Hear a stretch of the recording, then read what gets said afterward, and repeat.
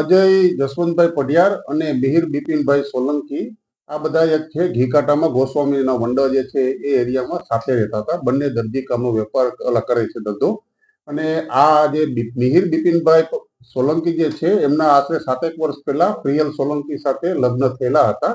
અને લગ્ન જીવનમાં બંનેને ખતરાક થયેલો હશે અને આ બંને બાજુમાં રહેતા હોવાથી અજયભાઈ સાથે એને ઓળખાણ થઈ ગયેલી, જેથી એનું ઘર છોડી અને એ અજયભાઈ સાથે અહીંયા ઘાટલોડિયા પોલીસ સ્ટેશનની હદમાં એપાર્ટમેન્ટમાં રહેવા આવી ગયેલા હતા આશરે 3 માસ પહેલા. અને બંને મૈત્રી કરાર માર્ચ 2025માં આશરે 9 મહિના પહેલા કરેલા હતા.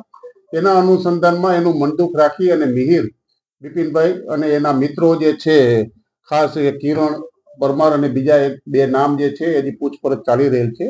આ બધા એક મદદગારી કરવા માટે મિહિરની સાથે એક વાનમાં બેસી અને જે કામ ધંધા માટે આ પ્રિયલ જે સોલંકી જે છે એ કુકનું કામ કરે છે, જે રત્નમણી ફ્લેટમાં એની વાઇફને કુક માટે છોડી અને નીચે બેસેલા હતા અને મોબાઈલમાં ગેમ રમતા હતા. દરમિયાનમાં પાછળથી અચાનક આવી અને માથાના ભાગે ફટકો મારી અને આંખમાં મરચાની ભૂકી છાંટી અને ઈજાગ્રસ્ત કરેલ હતા. અને જે બાબતનો આ એની પત્નીને જાણ થતા એની પત્ની તાત્કાલિક 108ને બોલાવી અને સારવાર માટે લઈ ગયેલા હતા. અને સારવાર દરમિયાન એમના જે કહેવા મુજબની ઘાટલોડિયા પોલીસ ઇન્સ્પેક્ટર દ્વારા ફરિયાદ દાખલ કરવામાં આવેલી છે.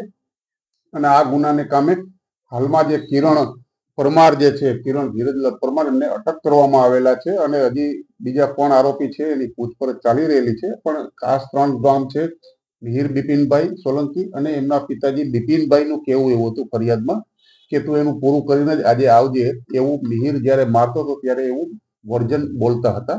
આમ એની પત્નીનું જે બીજા સાથે રહેતા હોવાને કારણે મનદુખ રાખેલ અને તે આ બનાવ બનવા પામેલો છે. અને આ ગુના કામે અમને કિરણ ધીરજલાલ પરમારને અટક કરેલા છે. હજી બીજા આરોપી 1-2 જે છે એ હાલમાં પૂછપરછ ચાલી રહેલી છે. અને બીજા 2 નામ જે છે એ હજી એને શોધવાના નામજોગ ફરિયાદ છે મિહિરની, એમને શોધી અને કાર્યવાહી કરવાની તપાસ ચાલી રહી છે.